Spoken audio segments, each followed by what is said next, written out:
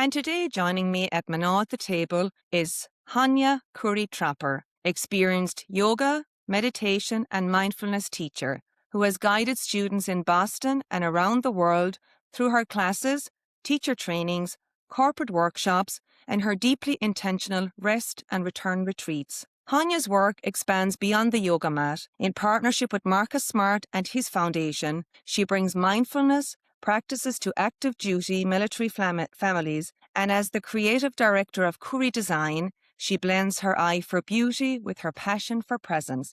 Hania is also the author of Rest and Return, daily reminders to pause, reflect, and just be. And her newest book, Home is Here, continues her journey of spirituality, reflection, and healing. Grounded in family, creativity, and community, Hania's work reminds us that sometimes the most powerful thing we can do is pause and simply be. Welcome, Hania. Thank you for having me, Martina. It's a Oh, pleasure.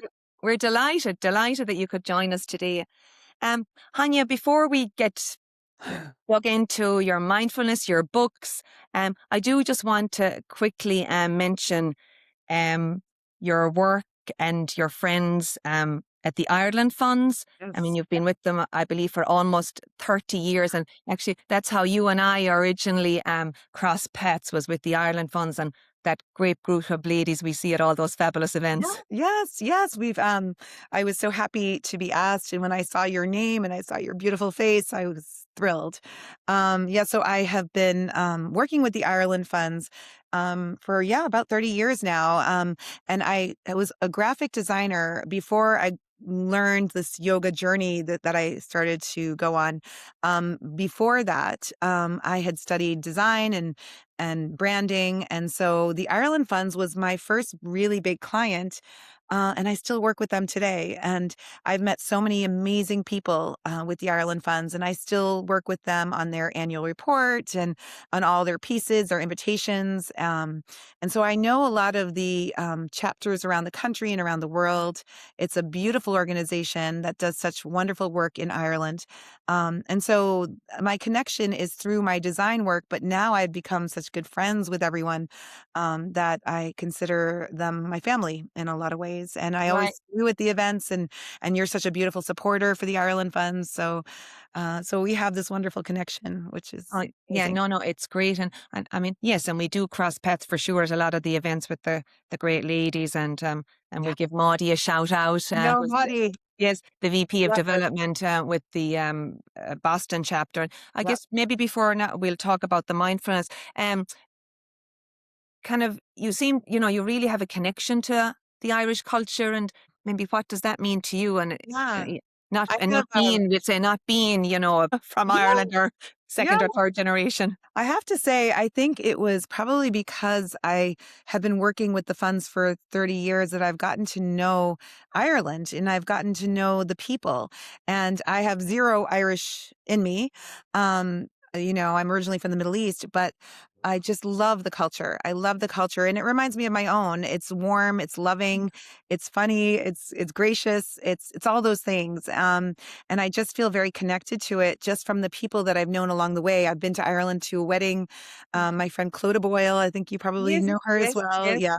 So I have a big group of a network of women that I'm very close to that are Irish from Ireland, and not even necessarily American Irish. They're Mm. actually from Ireland, living in Boston. And I'm the honorary Irish person that's always with them. So, and they welcome me along. So Yeah, just happy to be part of that group. yeah, and we're glad and yes, we definitely are glad that you are part of that group.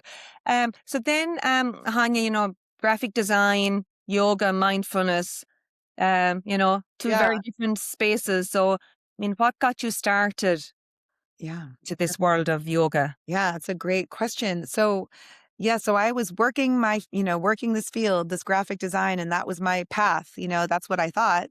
And then I remember years ago, my father had a brain tumor, My husband is a singer-songwriter, so he's a touring singer-songwriter. Shout out to Chris Trapper. He's amazing. But he was away a lot at the time, and we were renovating our house, and I had 2 little boys.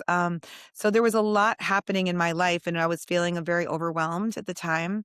So I just started, while the boys were in school, going to yoga more, and I started making it a more disciplined practice for myself. It felt like the only time I could be myself. I could come back home to me. I was feeling overwhelmed and wasn't really that great for anybody at that time. So yoga was what actually brought me back to just being able to manage my crazy life at the time.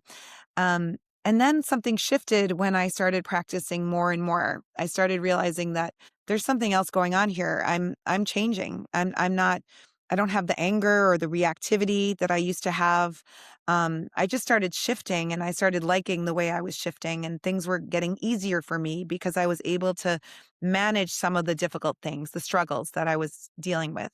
And so I thought, what is this? What's happening? And then I started realizing that no, this is the practice of creating space for yourself and being able to sit with difficult things and learning tools to manage those things. So I started learning more about yoga. I went into yoga teacher training, and then from there I did another training and another training, and I started, slowly kind of lowering the design work and raising my I started teaching. And so that became something that I'm like, wow, I'm actually feeling like I'm connecting with people much more, and I'm actually helping people because the tools helped me. So why can't I share them? So then I just started realizing that my 80% design work was now 20%, and my 80% was now teaching yoga and becoming like a full-time yoga teacher.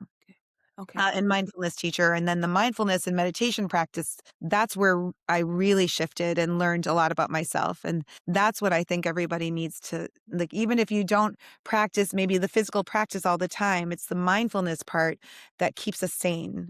So Okay. that But then talk to us then maybe a little bit, Hanya, about the mindfulness and, when did you start practicing and how did you start practicing? Yeah. Yeah. So I think with mindfulness, it was a very gradual thing. I started becoming more aware of what I was doing as I was doing it. But the mindfulness practice, people think, what's mindfulness? It means that you're just present where you are, right? You just know what's happening. But you can be present and you can have lots of negative thoughts, and you can be cruel, you can be mean. Um, but you're still present. So mindfulness is not just being present. You have to add the component of compassion. You have to add something. You have to add a calm and kind response to your present moment. So it's being present, creating that space to understand what's happening around you and seeing things clearly. But then it's also the response to what's happening. So it's the response that really is the mindfulness practice. It's about being able to respond to the things in your life with calm and love and compassion, or at least seeing things clearly and being able to make rational, calm decisions and reactions rather than, um, move from a place of anger or fear like we normally would if we're just not thinking. Okay. Okay. Does that make sense? Yeah, no, no, it absolutely does. And then sometimes I'll hear people say, "Well, I don't have time for that.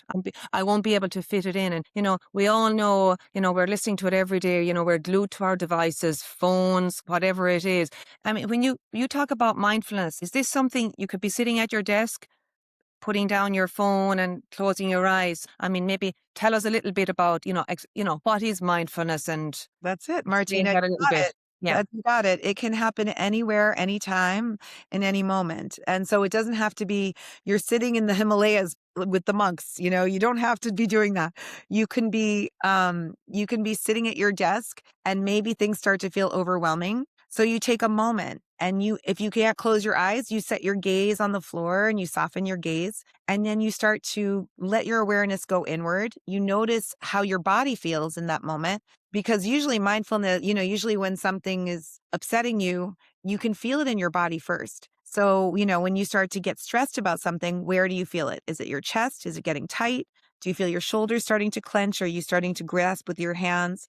Is your jaw getting tighter? You might start to make your breath shallower. It might start to get really shallow.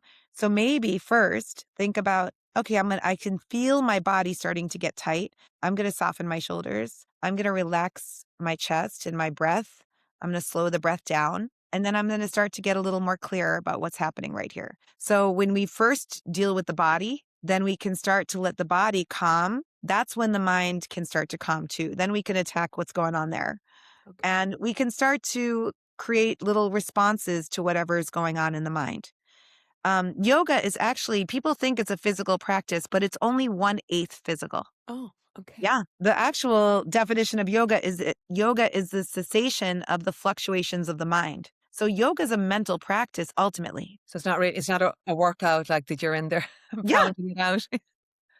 Mm, We start with the physical, we yeah. think it's physical, but it's way more than that. Yeah. It's really about being able to move through the world without all those waves of reactions all the time, because that can get really exhausting, Yeah, no, no, you yeah, know? yeah, definitely in the world we're living in, yes, for sure. And I know then, Hanya, you do a lot of corporate work, I do. and I mentioned your work with the military families. Do you want to talk to Sure. us? What that's like when you get the call from a big company.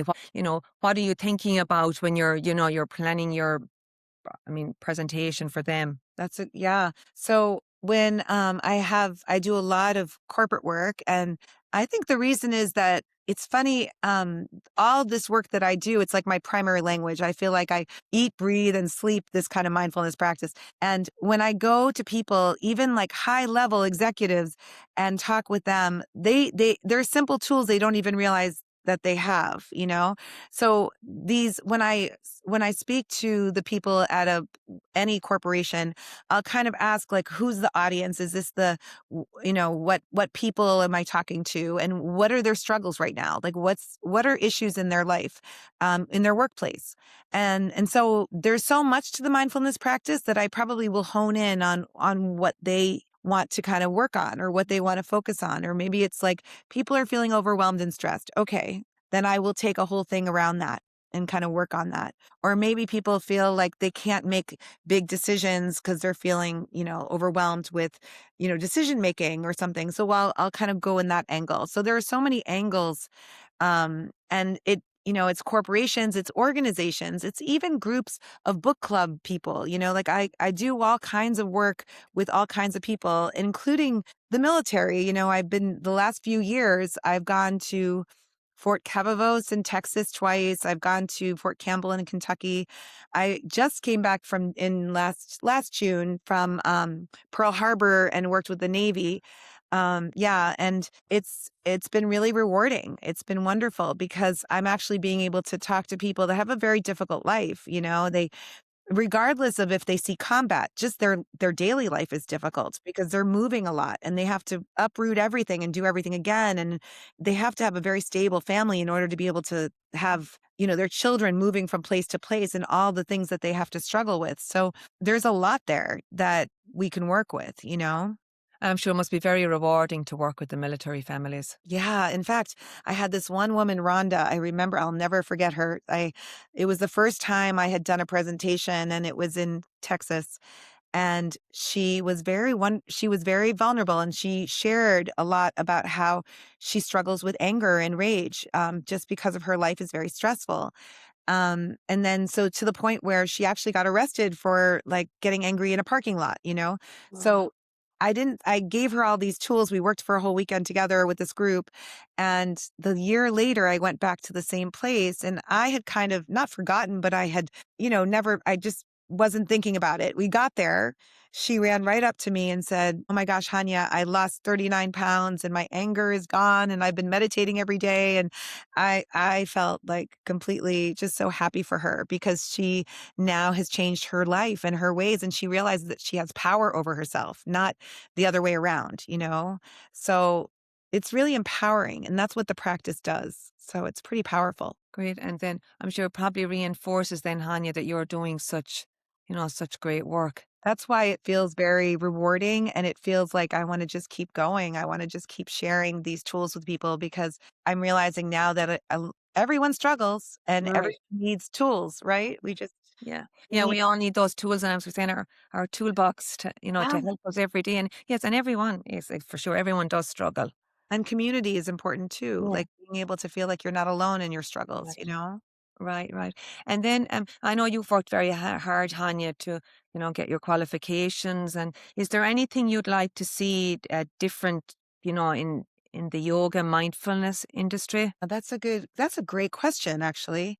Um, I think it's going in this direction, but yoga teachers have, when you're really serious about it, when you make it a big part of when you make it your career, when you make it your life, and a lot of people can't really live on becoming a yoga teacher. I feel very fortunate that I can, but I would love to see it become more of a serious career with benefits for people and all of that, like a career like any other career, because we're doing the work every week and we're sharing our gifts with people and putting so much into these classes and so much into our studies, that it would be nice if it was elevated to a career where people can get benefits. I feel very lucky. I work for Lifetime Fitness, Oh, which is yeah. a national chain, Yeah. and I actually get benefits with them, which is amazing because I'm exclusive to that, um, to that luxury fitness center. It's a beautiful place. So I'm lucky to have that. Yeah, I suppose if you think of it too, Hanya, um, with the mindfulness and yoga, you're reducing people's stress. You talk about that woman, that had the outbursts, and I mean, you're probably keeping people out of emergency rooms from getting, heart attacks, and then that's reduces our healthcare costs, and so yeah, Well, so I I always like to say that it's I might share the tools with them, but they're doing the work, yeah. and it's a matter of wanting to do the work and being open to it, And when I see that and people are receptive to it, it's a really beautiful thing to watch. But yeah, I bet I'm sure it is. I'm sure it is. Now I know I want to talk about your beautiful book, Oh, um, that you've recently released. Home is here, and maybe do you want to read a little excerpt for us, and then maybe I think that will set the tone nicely, and we can talk about then the inspiration behind the book and kind of you pulling it all together. excellent. Yeah, of course. So this is my book called Home is Here, and I will read the first excerpt, which is right here. Great. So I'll go ahead and read that. Welcome to your journey. There is a Buddhist parable about a monk and a butterfly. The monk came across a butterfly in its cocoon and decided to sit and watch as it began its transition into the world. He watched for hours as the butterfly struggled to break free until finally it stopped moving altogether. Concerned, he thought, maybe I can help this butterfly on its journey. With the best intentions, he carefully cut a small piece of the cocoon to let the butterfly out. The butterfly escaped easily, but its wings were small and its body was bloated and heavy. The monk watched and waited for it to fly away, but it could not lift off. The butterfly lived the rest of its days crawling from one branch to the next. What the monk did not realize was that the struggle itself was necessary. The effort of pushing through the cocoon strengthened the butterfly's wings and allowed the fluid in its body to flow outward, giving the wings their shape and power. Without that struggle, the butterfly could not fly. The tension was not an obstacle, but a wise teacher, helping the butterfly develop, expand, and finally find freedom. On the other side of struggle lies growth and wisdom. No one can move through our struggles for us. Even in darkness, the struggle prepares our wings, and when the time comes, we too will rise, not in spite of the pain, but because of it. That's beautiful, Hanya. Beautiful. And I can't help but notice that fabulous cover with the butterfly. So we're going to talk about, yes, it's fantastic. And but um, I suppose let's start from the beginning and, what was the inspiration behind the book? Yeah, sure. So I have this is my second. The first book is called Rest and Return. It's this one. And this book came out of COVID, actually. Okay, well, So yeah, we'll talk about that for a few minutes yeah, first. Yeah. sure, sure, Yeah. yeah. So when COVID happened, I had to stop teaching classes to all my students. So I decided to create an online platform for them so I could still teach them, right? Because people still needed yoga, especially during the pandemic. So I did this online platform every week. I would send everybody, all of my subscribers, I would send them an image of the week, a quote of the week, and the classes and a message around the quote. So I would send them all of this in an email with the live classes, and I did this for a couple years, 2 to 3 years. So I had all this content, these images that I had taken pictures. I had, written these passages each week because I research a topic each week and share it with my classes. So all this content, I didn't know what to do with it. So I was like, I'm going to put it in a book just for me, just so that I can have it somewhere. So that's what Rest and Return came out of. I thought I'll self-publish this and it'll just be for me. So I self-published it. I designed it, used my photography, used all the messages. And then I ended up and put little tools in there. Here's a breathing technique. Here's a meditation technique and all these different things. And then printed it, and all of my students said, "Can I buy that?" And I said, "Of course. Yeah." And so I ended up selling it and ended up reordering, and it became bigger than I thought. And then I started doing corporate events because people started calling and saying, "Now you have this book. Can you share this with our people?" And so I started doing these events around the book. And then from then, I kept teaching. So as I was promoting the book and doing these classes, I was still, building more content for Mm. it's been 3 years since my first book came out, and I've had 3 years of all these messages and imagery and, tools that I thought I would share. I wanted to share all the things that I didn't share in the first one to the second one. So it's Mm. the same idea. It's 52 Okay. weeks of messages. How Each many week weeks, sorry? 52 Oh, weeks. 52. Okay, so Yeah, a just a message for year, a days. year of Yeah. messages. And each spread is a quote, an image, a writing about something. It could be a poem, or it could be a story or a table, or like anything. It could be all different things. So that's really what happened. And the idea is all behind the book is that everybody struggles. And that's so the first book, the reason that I have the lotus flower, and I talk about the lotus, this is a lotus flower, and it's very important in like yoga symbology because it means, if you've ever heard Thich Nhat Hanh, who was a Vietnamese monk, he said, "No mud, no lotus." The idea behind the lotus is that it starts from the murkiest of ponds and it has to grow through the mud. It goes to the bottom of the murkiest of lakes, and then it rises all the way and then, yeah, blooms at the top. Beautiful blue. Yeah. So Okay. the idea is that we need that mud, that struggle in our lives to be able to blossom and bloom and become who we should be, who we are. And so that was the premises for this book. The second book, I just read that chapter, that spread about the butterfly. So it's Yeah. the same idea. There's struggle there. The struggle is actually what actually helps us to grow. So this book is more about like the idea that struggle is actually intended for us to spread our wings, to be able to handle the hard things in our life. And the hard things are what create more empathy in our lives. We become kinder, we become stronger, we become, more resilient when we go through struggle. So yeah, so that's kind of where that book. So who knows if there'll be another one. Maybe I'm kind of working on the Hopefully.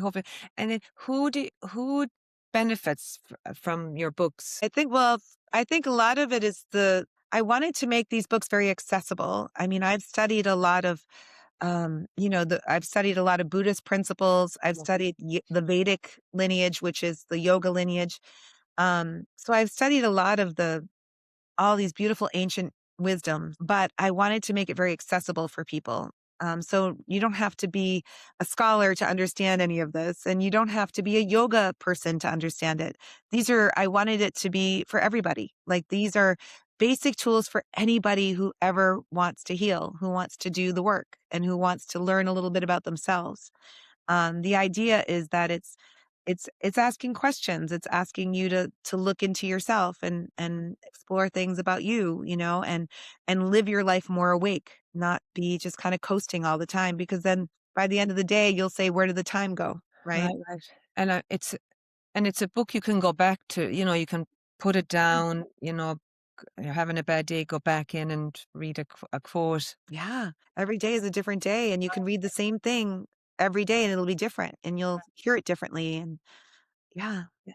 And why is the book important to you? Because I mean, you can, when you're reading it, you can just sense you're just like you're so proud of it, and Yeah, that's I feel like I feel like it's sort of like the best of the thoughts that I've had. Like, I kinda wanted to share the thoughts that resonated with me the most, and I thought those same thoughts would resonate with others, you know? So, my goal was for everyone to I want to create, like, massive healing out there because Mhm. this is a hard world right now, and we're all feeling it and Oh, I struggling, and I feel like, there's a lot of discord and anger, and there's just Mhm. so, I mean, what can we do? We can only do what we can do, right? So, if we can promote healing, love, compassion out there in the world, and we can talk about it as an empowering thing, um, then then maybe we can counter all that anger out there and some of that sort of violence that we see everywhere, you know? Right, and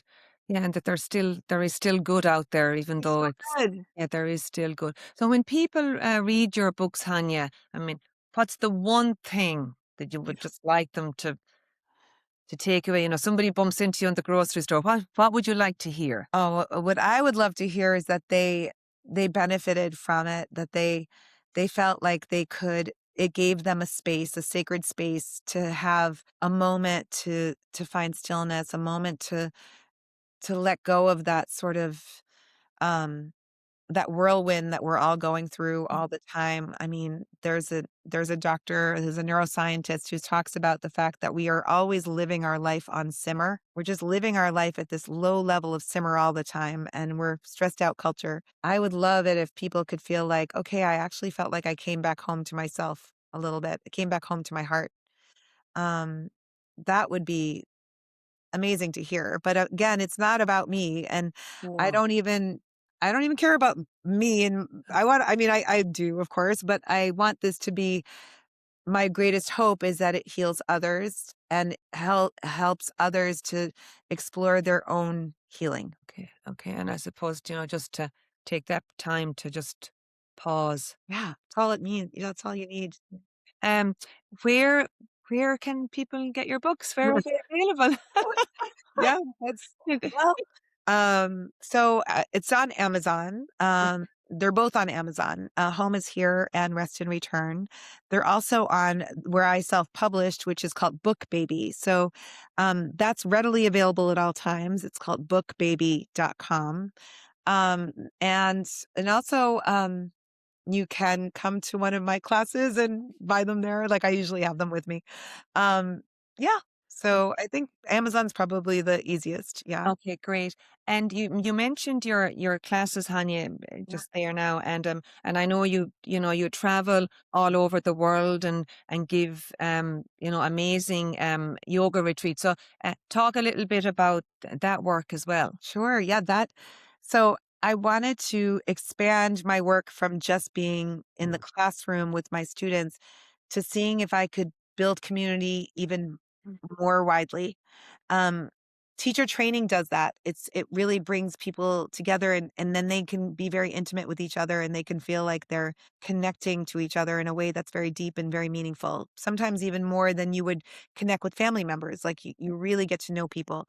I wondered how I could take that beyond the classroom and beyond the trainings. And so I have a friend who is an amazing yoga teacher, and she lived in Bali for 9 years and now lives in California and in Bali. And she has a yoga retreat business. And so I have a conversation with her, and I said, this is the last frontier. I haven't done this, and I really would love to bring my students away on some beautiful tropical place somewhere. And she said, "Well, let me partner with you on this." And so, her name was Katie Nesbitt, and she's a love. And her and I, well, it's actually my company. It's called Rest and Return Retreats, Okay. and it's on my website. It's my website is yogawithhanya.com, and I have a whole retreats tab, so you can see what's going on right now. But I've taken people to Mexico 3 times. We've gone to Tulum, which has been magical. And we've swam in the cenotes and done Temazcal ceremonies with a real shaman. And we've done yoga and we've eaten delicious food and we've been on the beach. And it's just been amazing. Like the first one, just, I couldn't believe that this was my life. Like, it was all these people coming together. Almost 28 people came with me no, 29 people came with Oh, me, wow. and we all bonded in a beautiful way. And just, the nice thing is that people can come on these retreats and they're so used to planning everything in their life. This is a place where you just get to the airport and you don't have to think about a thing. We pick you up, we take care of everything. You don't have to think about a thing. And so I think that appeals to people, especially when they're, always planning for everybody else, doing for everybody else, especially women. I know. In fact, one of my students said halfway through the trip, and I don't, not to discredit husbands, but she said, "Oh, this is what my husband feels like on vacation." Because she didn't have to do anything. She didn't think about Right. anything, not the meals, not the anything, not the planning. She could do whatever she wanted. She could partake in every single thing we do, or none of it. This is your space to heal and to be with yourself and to give yourself the time and to be super social, or to just have your own time to be a quiet. You can do whatever you want, or a mix. So they've been really successful, and I can't even believe it. I'm doing 2 a year internationally. We've been to Italy. We went to Tuscany last May, and on Mother's Day weekend, on Mother's Day itself, we were in Chianti having a wine tasting, like how wonderful, it was just fabulous. And then we're going to Greece in September, and then Dominica in January. Oh, So, good. and stay tuned, there's more, every Yes. year. Yeah, I'm gonna be doing some local ones too. I'm thinking about maybe down the Cape one and maybe up in Maine. So Mm, yeah, so it's become a beautiful thing where people just really get to bond and think about themselves and heal and be mm. together and have and make new friends. Yeah, and that goes back to what you're talking about, that whole, you know, being part of a community and that sense of community. Yeah, And you have this beautiful community with the Irish community. Like, it's a right. beautiful community. Yeah, And it feels like that. It feels like this wonderful, warm, loving, supportive place to be, right? good. And Hanya, do you find that people find it difficult to switch off? Or do Switch you off. have rules that you say, when you on your retreat, sorry, when Oh, if somebody, I mean, I presume what are they a week long? Is it a week? You go for a week, yeah, I'm sure if you're it's not even a week. Yeah, sometimes okay. it's only 5 or 6 days. Okay. 5 or 6 days. You're right. Yeah. I feel like, it's funny, even the most stressed out person, Mhm. I feel like they get there, and the first night we sort of have this welcome circle, and we kind of talk about that. We talk about all the things, and share with people that this is your time, and this is your time to, like, do whatever is right for you. And we kind of bring people into this whole program around, yoga, mindfulness, and by the end of the week, they're different people. They Right. feel like, and one of my friends lives in a stressed out life all the time. She said, "I felt like a kid again." She said, "I felt like just youthful again." Oh, that's great. And she said, "I felt like my heart was like wide open, and I was like smiling all week. And so that's kind of how it felt for a lot of people. You know, it's just, and I think, when you decide, you're making a decision. You're like, I don't want to live in stress all the time. Right.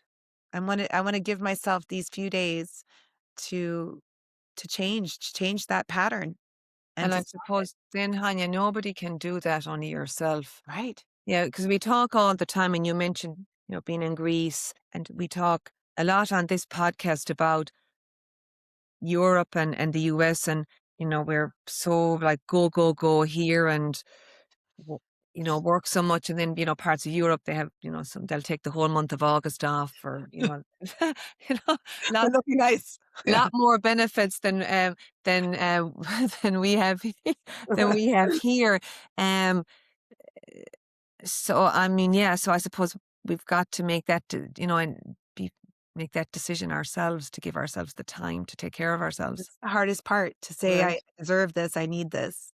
I actually need this." Mm. And when you do, you've made a decision to empower yourself. And you're Yeah. like, "You know what? I will be better for everybody if I take care of myself, if I fill my cup."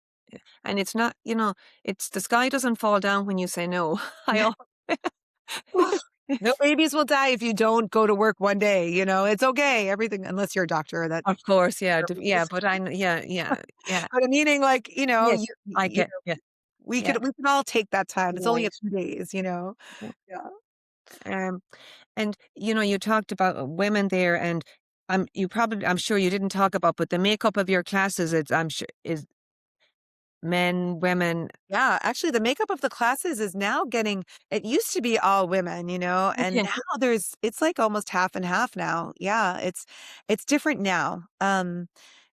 So that makes me happy. good. But the retreats, there's always men on the retreats. It's always like one or two or three Mm, or four. Like the last retreat was all women. But they're mixed. They can, in the next retreat we have I think we have 4 or 5 men okay. going. So but in the classes I would say it's a lot, men are now discovering that this is actually good and a good complement for all the other things that they do with their workouts. And especially the more slower paced classes like the restorative classes. Uh, there's a class called like a yin class, which means that you're in longer holds, slower time. It's more meditative. I find that that's a lot of men that go to that, and it might be just because they're trying to lengthen and open rather than more tightening and more strengthening, which is what they Oh, do. yeah, for Real their, yeah, supplement to yeah, what they do. for Yeah. their work. Yeah, and I think I mean, I work out too, and there is definitely a more focus on the importance of stretching and Yes.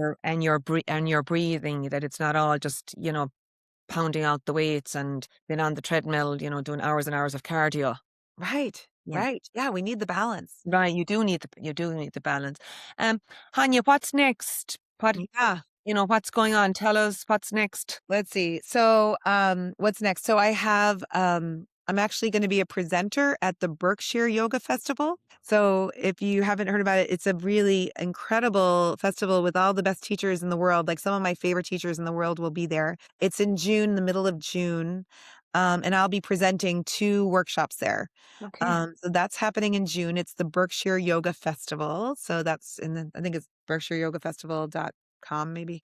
Okay. Um, and if you go and you sign up, then you should use my name because Okay. We'll that. get that out there to our audience, our Um, listeners.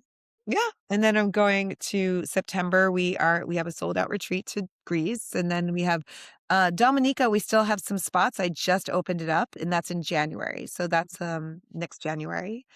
Yeah, and so I just became a Lululemon ambassador, so I'm going to be doing Oh, some events with them too. So brilliant. stay tuned.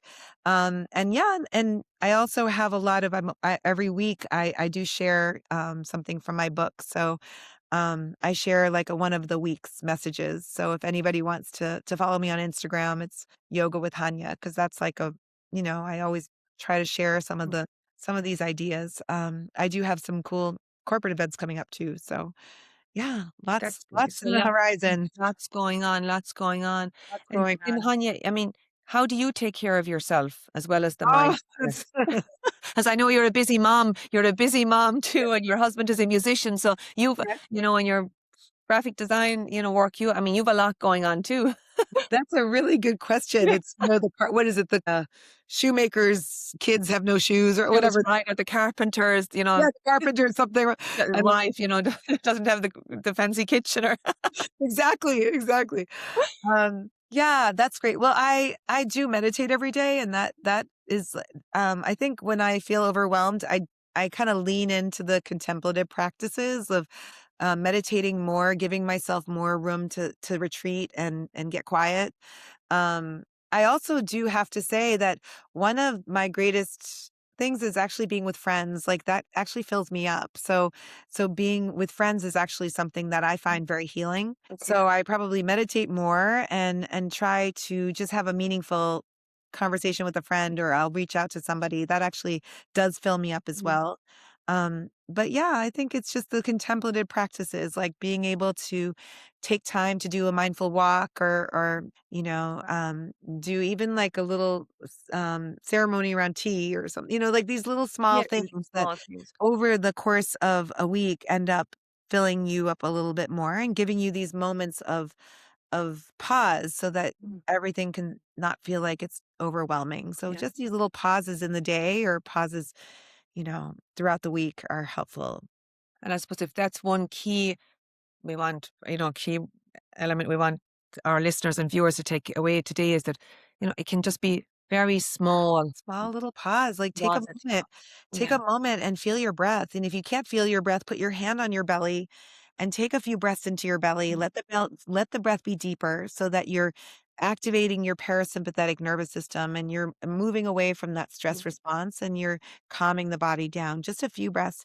Oh, I should mention also Insight Timer. It's a wonderful app, Okay. and it's free. And so I love to share it with people because it's a free app that has thousands and thousands of meditations. I'm a teacher on it and I offer free meditations on that app. So if you want to follow me there, I Okay. have a bunch of meditations that you can listen to anytime. Mhm. So and they're guided meditations. So I talk you through all these, there's one for the evening, there's one for the morning, there's one for when you're feeling overwhelmed. Like there's different ones for different reasons that you can use anytime.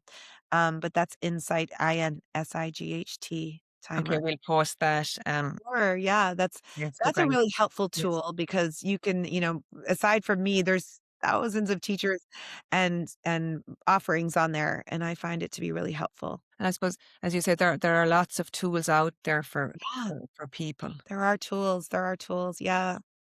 Right. Well, And I Hanya, this has been absolutely fabulous. I mean, I actually feel so so relaxed. I feel about even just speaking to you, I feel like I want to take a nap. take a nap, maybe you need a nap. Maybe I probably do. No, we've loved having you. Thank you for giving up part of your day to be with us, and definitely can't wait to go to one of your retreats. Come join me. Yes, I'd love to have absolutely. you, Martina. I'm so, so grateful. Thank you, Hanya. Thank you so much. Thanks for having me.